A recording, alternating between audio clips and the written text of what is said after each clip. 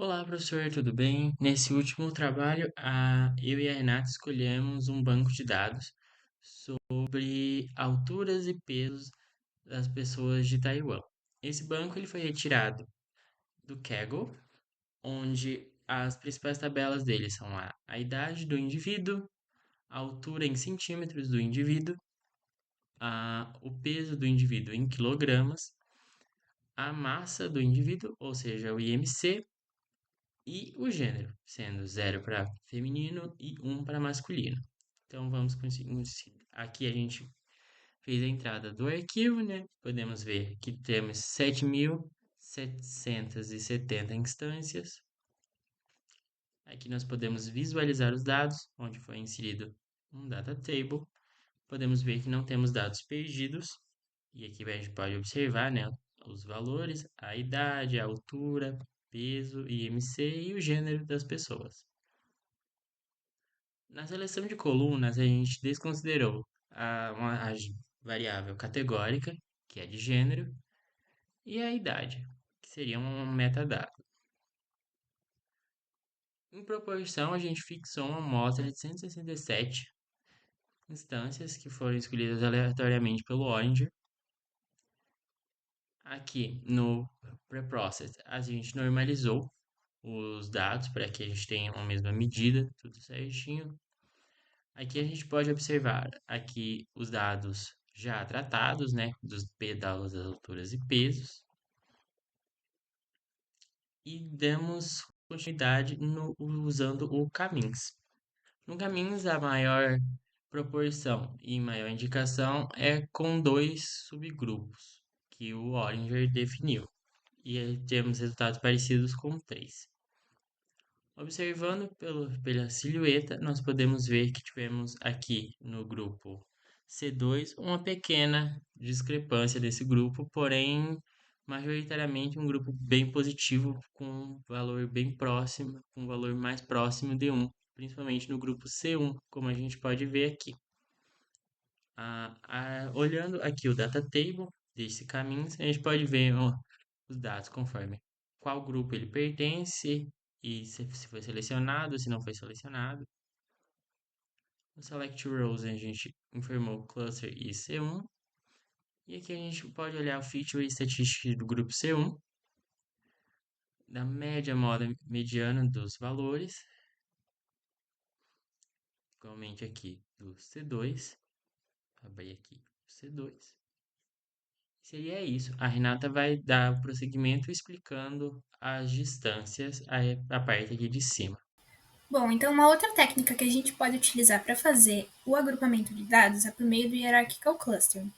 Essa técnica ela vai dar para a gente uma árvore hierárquica com todos os dados que a gente tem no nosso banco de dados. E aí, por meio dessas conexões da árvore hierárquica, a gente consegue entender quais dados podem fazer parte de um mesmo grupo ou não, com base nas semelhanças que eles têm por meio das ramificações. Para fazer o hierarchical clustering, a primeira coisa que a gente precisa fazer sempre é calcular as distâncias entre os dados, que seria basicamente o quê? Seria basicamente a gente dizer quão próximos os dados estão, ou seja, quão semelhantes eles estão, calculando quão longe ou quão próximos eles estão entre si. Para isso, então, a gente conecta sempre o ícone distâncias ao preprocess, que é a nossa fonte de dados padronizada. Se a gente for aqui no ícone de distâncias, a gente vai ver que existem diversas formas de nós calcularmos as distâncias. E conforme a forma que a gente escolher aqui, elas podem dar dados diferentes, né? Valores diferentes para a gente. Então, outra coisa que a gente também tem é que o Hierarchical Clustering, a gente consegue definir o número de grupos que a gente quer. Então, para a gente saber qual é o número de grupos ideal que a gente pode ter, a gente precisa testar os métodos de cálculo de distância e o número de grupos que a gente pode ter aqui. E isso a gente consegue visualizar aqui no Silhouette Plot. E aí ele vai mostrar para a gente o quão bom ou quão ruim é aquele número de grupos que a gente definiu e se as distâncias que estão sendo calculadas são boas ou se são ruins. E aí a gente consegue definir qual é a melhor métrica de distância que a gente pode usar e o número ideal de grupos que nós podemos definir para ter a melhor separação, a melhor divisão dos dados em grupos em si. O Olhando aqui no K-means, a gente consegue ver que o próprio sistema do Orange, ele diz pra gente que as melhores opções é a gente fazer de 2 e de 3 grupos, porque são os mais assertivos em si. Então, nós fizemos alguns testes com o número de 2 grupos e de 3 grupos ali para os nossos dados, utilizando as diversas formas de cálculos de distância para ver qual se encaixava melhor. E nós registramos isso numa planilha. Essa planilha de cima é com 2 grupos e essa de baixo é com 3 grupos.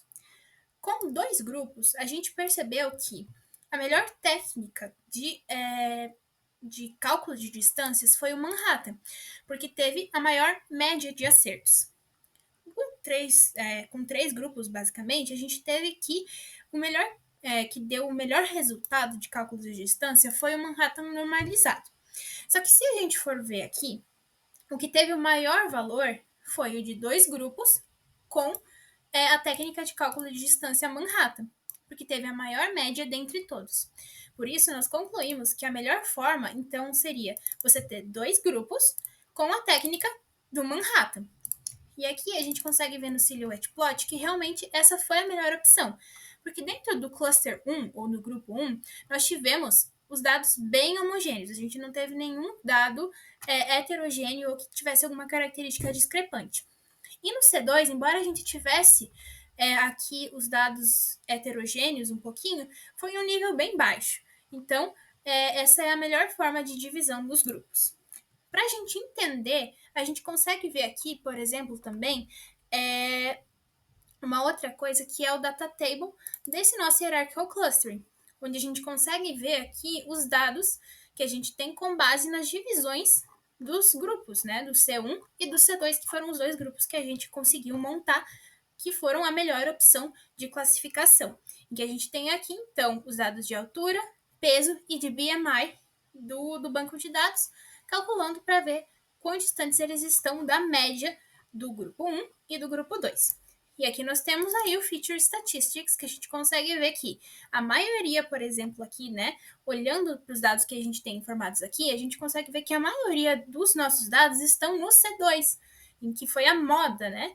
E a gente tem um pequeno número de dados no C1, mostrando que os dados eles estão bem mais parecidos, e por isso eles se encaixam no C2, e nós temos dados bem mais parecidos que se encaixam no C1. Aqui a gente também consegue fazer por meio do Select Rows, a gente consegue filtrar e entender quais são as métricas de cada um dos grupos. Aqui a gente selecionou a do C1, e quando a gente vai aqui, a gente consegue ver que a altura, por exemplo, ela tem valores que são um pouco mais dispersos, e o peso também, mas que, enfim, né, aqui no BMI eles são mais semelhantes, mas que por conta desses dados aqui serem parecidos, eles acabam todos esses dados se classificando no C1, e aí aqui a gente tem depois a seleção do C2, em que a gente consegue ver que nós temos dados mais parecidos no fato de altura, nós temos frequências diferentes. O peso ele tem uma frequência que se repete bem mais, e o BMI também a gente tem uma frequência que se repete bem mais. E a semelhança desses dados, ele vem aqui para a gente, então, e fica no grupo 2, que é o segundo grupo do nosso Hierarchical Cluster.